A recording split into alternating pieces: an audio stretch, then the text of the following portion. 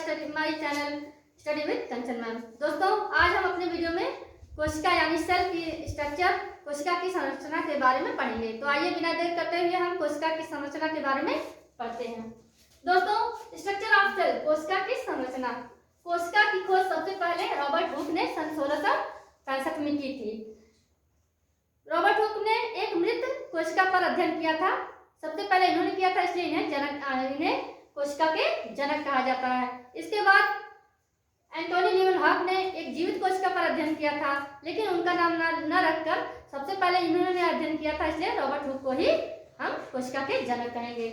अब आते हैं, कोशिका की संरचना का अध्ययन करने के लिए सूक्ष्मदर्शी की आवश्यकता पड़ती है। जैसा कि हमने पहले बता रखा है आपको कि कोशिका बहुत ही छोटी इकाई है, जो हमारे अपनी शरीर की सबसे छोटी इकाई है। यह अपनी सामान्य आंखों से नहीं देखी जा सकती।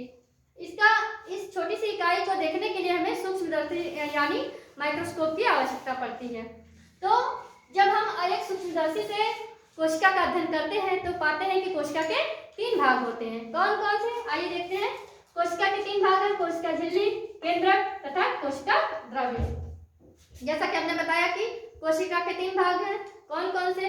कोशिका झिल्ली, केंद्रक तथा कोशिका द्रव्य। अब इस कोशिका द्रव्य में बहुत से छोटी छोटी रचनाएं मिलती हैं जो देखने के लिए हमें कोशिका में देखी जाती है, तो उन्हें हम क्या कहते हैं? कोशिकांग। अब कोशिका द्रव्य में पाए जाने वाले अनेक कोशिकांगों तथा उनके कार्यों के बारे में हम आगे एक एक करके पढ़ेंगे। सबसे पहला नंबर आता है कोशिका झिल्ली, सेल मेम्ब्रेन या प्लाज्मा मेम्ब्रेन। जो सेल मेम्ब्रेन या प्लाज्मा मेम्ब्रेन को हम सेल मेम्ब्रेन या प्लाज्मा मेम्ब्रेन को हम कोशिका झिल्ली कहते हैं या प्लाज्मा झिल्ली कहते हैं।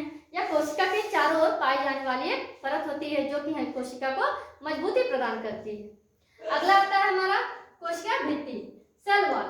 जो सेल वॉल है यह सिर्फ प्लांट सेल में पाया जाता है, पादप कोशिका में पाया जाता है, और यह कोशिका झिल्ली के बाहर मोटी और मजबूत परत होती है जो कि दृढ़ता प्रदान करती है किसे? सेल को, कोशिका को।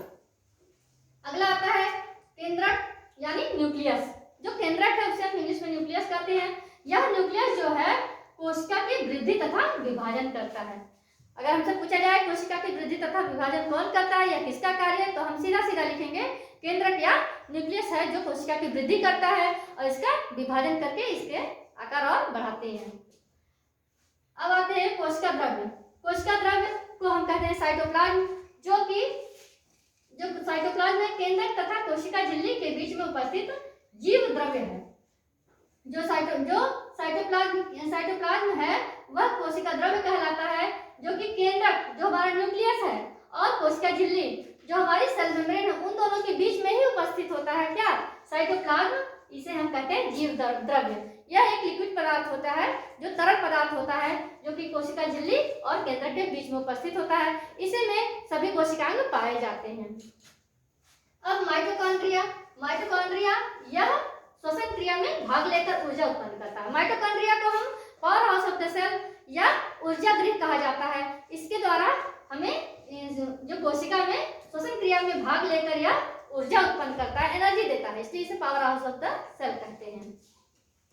हरितलवक, क्लोरोप्लास्ट। क्लोरोप्लास्ट जो है हरितलवक होता है, जो कि प्रकाश संश्लेषण में पौधों को भोजन बनाने में मदद करता है, जिसके द्वारा वह ऊर्जा प्राप्त करते हैं। तो हम हमेशा यह कह सकते हैं कि with the help of chloroplast, chlorophyll plants make green plants make their own food with the help of sunlight, water and carbon dioxide. अब आता है तारकाय। तारकाय को हम कहते हैं सेंट्रोजोम। यह केंद्रक के पास होता है जो कोशिका विभाजन करता है। जो सेंट्रोजोम है वह केंद्रक के जस्ट पास होता है और यह कोशिका विभाजन करता है। अगला आता है रिक्तिका, वैक्यूल। वैक्यूल वह खाली स्थान है जो कि कोशिका में उपस्थित होता है और इसमें पानी, लवण आदि पदार्थों का संग्रह और संतुलन बनाती है। वैक्यूल का काम है कि पानी और लवण का संग्रह करना और इनका संतुलन बनाए रखना। किसका काम है? वैक्यूल का। अब गोल्जी काय या गोल्जी बॉडी पदार्थों का संश्लेषण करती है, भंडारण करती है और इनका श्रावण करती है।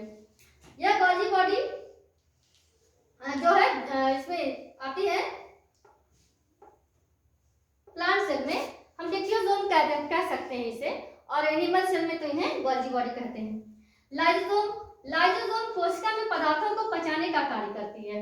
हमारी बॉडी में जो सेल्स हैं उसके अंदर जो लाइसोसोम्स होते हैं वह क्या करते हैं, पदार्थ को पचाते हैं, इसलिए ये digestive bags of the cell कहते हैं। यह हमारा खाना पचाने के लिए जो कार्य करती है, पदार्थों को पचाती है, वह लाइसोसोम कहलाता है। अगला आता है राइबोसोम। राइबोसोम जो है प्रोटीन का संश्लेषण करता है, प्रोटीन को तोड़ता है, प्रोटीन का पाचन करता है। अंतःस्रावी जालिका, यह जो है यह केंद्रक, झिल्ली तथा कोशिका द्रव्य के बीच में जो अंतःस्रावी जालिका है, यह केंद्र जो न्यूक्लियस है कि जो न्यूक्लियस मेम्ब्रेन है, जो न्यूक्लियर में जो केंद्र के पास न्यूक्लियर मेम्ब्रेन होती है, उस न्यूक्लियर मेम्ब्रेन और कोशिका द्रव्य के बीच में उपस्थित होता है और यह भी प्रोटीन संश्लेषण करता है, मीन्स प्रोटीन का एनालिसिस करता है और मतलब प्रोटीन को पचाने का कार्य करता है, प्रोटीन को तोड़ने का कार्य करता है।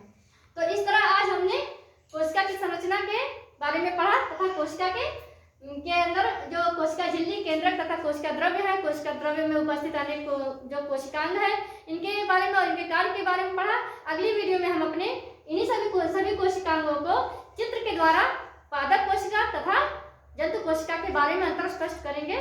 तो बने रहिए हमारे वीडियो में। आज के लिए बस इतना।